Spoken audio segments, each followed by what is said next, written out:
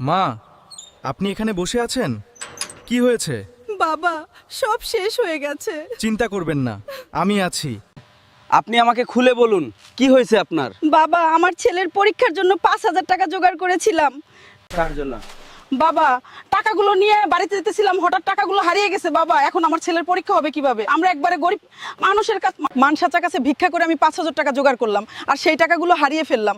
আল্লাহ কি আমার কপালে এটাই লিখেছিল? কান্না করবেন না মা, সব ঠিক হয়ে যাবে। আপনার ছেলের পরীক্ষার কোনো সমস্যা হবে না, পরীক্ষার টাকা আমি দিব।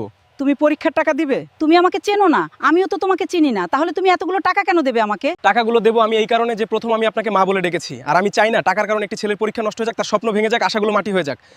আপনার চিন্তার কোনো কারণ তো? আমি আপনার ছেলেকে দেখতে চাই। বাবা, আমার কাছে তো মোবাইল নেই। তোমার মোবাইলটা দাও, আমি নাম্বার উঠিয়ে ছেলেকে কল দিচ্ছি।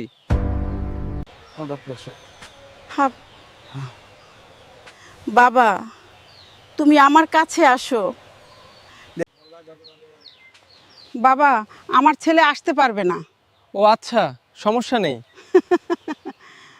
ভাইরা আপনারা এদিকে আসুন। ধন্যবাদ বাবা, খুব ভালো লাগলো। আপনারা এসে গেছেন।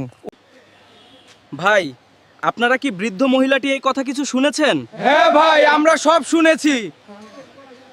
ভাই, তাহলে আমি এই বৃদ্ধ মহিলাটিকে কিছু টাকা দিতে চাই, আপনারা কি বলেন?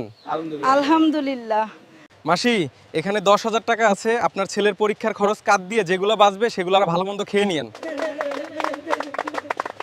বাবা, তুমি অনেক বছর বেঁচে থাকো, দোয়া করি আল্লাহ তোমার মঙ্গল করুক।